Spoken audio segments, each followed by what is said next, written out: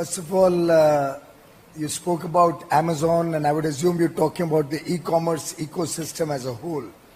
Whether Mr. Bezos is here or no is not for me to decide. That's for the organizers to take a call.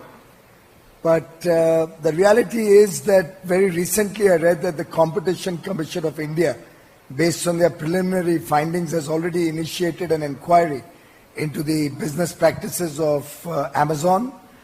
I don't know whether Amazon or both Amazon and Flipkart. And that is certainly an area of concern for every Indian. We did allow e-commerce entities to come into India in the marketplace model. A marketplace model, just so that we are all on the same page, is an agnostic platform where buyers and sellers are free to trade, come onto the platform for what they want to buy. Sellers are free to offer their products, and if buyers and sellers agree, then the transaction is between the seller and the buyer. The marketplace cannot own the inventory, cannot have control on the inventory, cannot determine prices, cannot have algorithms to determine which product will get a preeminent position or would be given a market preference when offered to the buyers.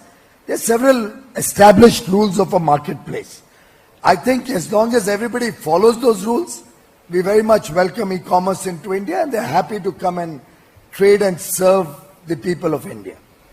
We have very strict rules about FDI in multi-brand retail, where only 49% is allowed, and anybody who tries to use the e-commerce marketplace model to get into the multi-brand retail space surreptitiously will have to be questioned and will have to be investigated. Whether they are doing that or not is a matter for the investigators to decide. It's not my call. I think we'll leave that job to the persons who are expected to look at the business practices of different companies, and whatever would be their findings should be respected by everybody. But I have on more than one occasion, including in this very room, maybe 6 or 7 times, said this to the people of India and to all investors, that please follow the letter of the law and the spirit of the law. Don't try to find loopholes within the defined letter of the law alone, when very clearly we have articulated what the e-commerce marketplace model is. Secondly, they may have put in $1 billion, but then if they make a loss of $1 billion every year, then they jolly well have to finance that $1 billion. So it's not as if they're doing a great favor to India when they invest $1 billion.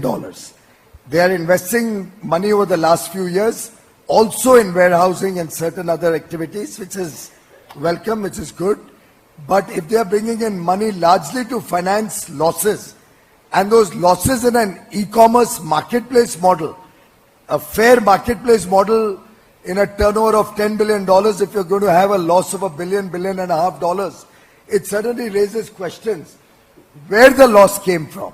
How can a marketplace make such a big loss unless they're indulging in predatory pricing or some unfair trade practices? These are real questions which will need answers, and I'm sure the authorities who are looking at it will seek those answers, and I'm sure the e-commerce companies will have their say on that.